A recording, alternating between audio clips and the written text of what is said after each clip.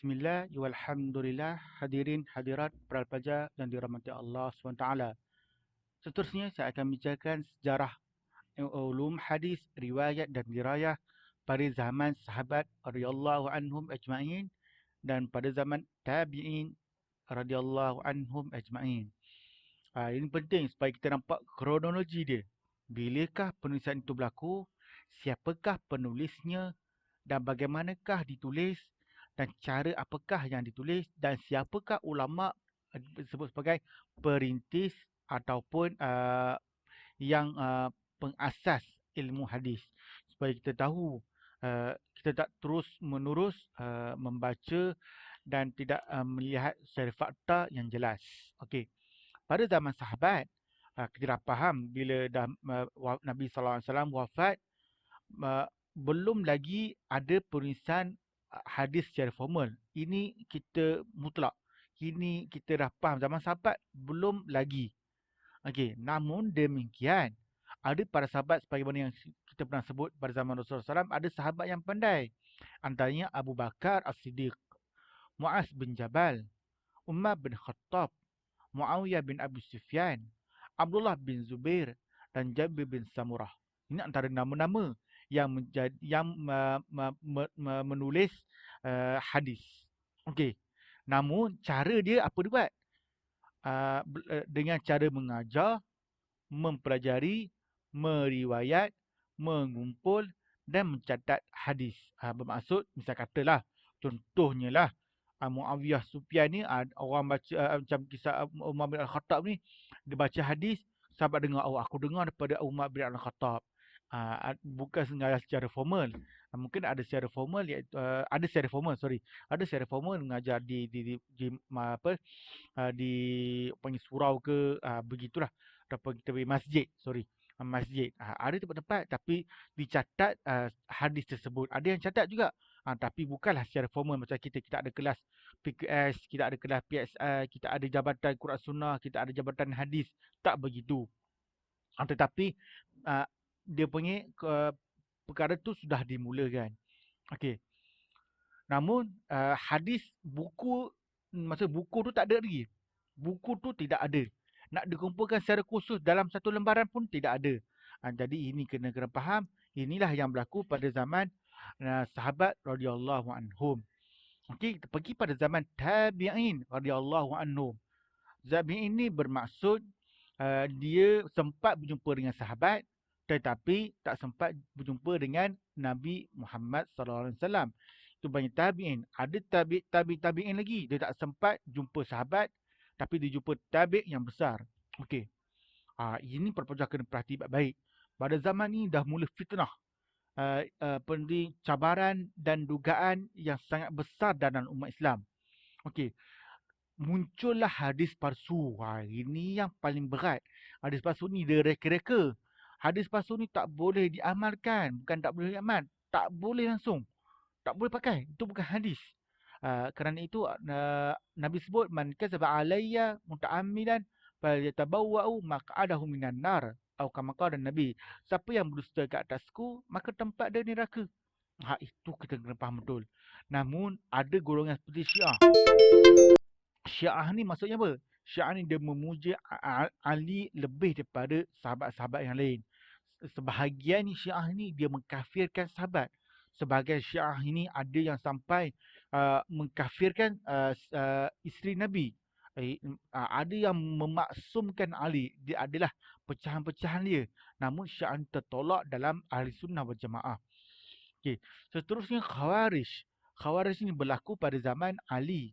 Bila berlakunya pembunuhan Sayyidina Uthman bin Affan, Khawarij ini maksudnya dia keluar maksudnya dia melawan pemimpin khalifah yang sah. Dia nak lawan Sayyidina Ali. Dia pun buat hadis-hadis yang palsu menceritakan tentang siapa yang jatuhkan Ali dan sebagainya. Okey, Mu'tazilah pula ini berlaku pada tabi'in juga daripada pada zaman Hasan Al-Basri. Di situ ada seorang dia tu, dia tazala, maksudnya dia mengasingkan. Ada satu isu lah, tapi tak akan bahas kat sini. Maksudnya antara perkara yang paling penting, dia tak menerima asas-asas akidah, adalah beberapa perkara tertentu dan dia mengatakan Al-Quran itu makhluk dan sebagainya, itu semua pahaman-pahaman yang sesat dan songsang dan palsu. Okey. Lepas tu bertambah buruk lagi kekurangan penghafaz hadis. Bila kan umat Islam dah berkembang pada zaman Sayyidina Uthman tu dah hampir daerah wilayah benua telah Uthman menjelajah. Masuk penghafaz hadis, lepas tu ada yang meninggal pada zaman jihad. Siapa nak meriwayatkan hadis? Muncullah zaman setelah itu, kita akan tengok zaman ini berkembanglah. Okey.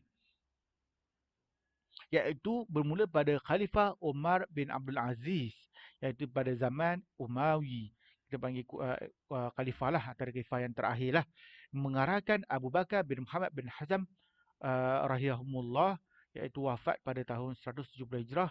Dia seorang gubernur untuk mencatatkan hadis pada hufaz. Ini nak bagi tahu pada pelajar peranan pemimpin. Sekiranya pemimpin menitik beratkan dan ilmu, maka rakyat pun akan menitikkan berat ilmu. Sekiranya pemimpin itu korupsi, kebanyakan masyarakat dalam negara itu pun akan ikut perangai yang sama. Namun demikian, kita kena ambil iktibarlah. Kadang-kadang ada pemimpin yang jahat, kita tak perlu ikut pemimpin yang tersebut. Ada pemimpin yang baik, kita kena ikut. Itu sebagai tauladan. Jadi kita nampak bagaimana Khalifah Umar bin Khattab, dia memerintah, dia menitik beratkan tentang ilmu hadis. Antara diteruskan oleh ada ulama lain, Muhammad bin Muslim bin Syihab Az-Zuhri. Dia membukukan hadis dan diedarkan seluruh pelosok negara-negara Islam. Ini tabi'in dah. Dia dah kurun ke, nak masuk kurun kedua dah. Okey, dah tak jumpa sahabat dah. Okey, yang ini paling penting lah. Ini antara yang paling penting. Iaitu pada zaman Abbasiyah, iaitu Khalifah Abu Ja'far Al-Mansur telah mengarahkan Imam Malik bin Anas rahimahullah, iaitu pada wafat 179 Hijrah, untuk membukukan hadis. Dan Imam Malik telah menulis sebuah kitab namanya Kitab Al-Muwatta'. Inilah kitab yang pertama ataupun kitab yang terawal. Ada kitab hadis lain, tapi kitab ini adalah menjadi julukan, menjadi sumber kerajaan pada masa itu. Dia panggil Kitab Al-Muwatta'. Kitab lain ada, bukan tak ada kitab lain, dah ada dah. Tapi kitab Muwatta' ini adalah kitab yang diangkat mendapat pengiktirafan dalam apa ni, kitab-kitab hadis. Itu kitab ni lah.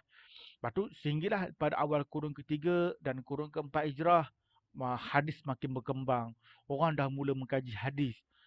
Adalah lahirnya Imam Bukhari yang tulis Sahih Bukhari, ada yang Sahih Muslim, ada Sunan Tirmizi, Sunan Abi Daud, Sunan An-Nasa'i, Sunan Ibn Majah dan pelbagai lagi kitab-kitab hadis yang sentiasa ditulis oleh para ulama, para penceritakan Islam, kerana mereka ini nak mengangkat, nak menjaga kesucian hadis.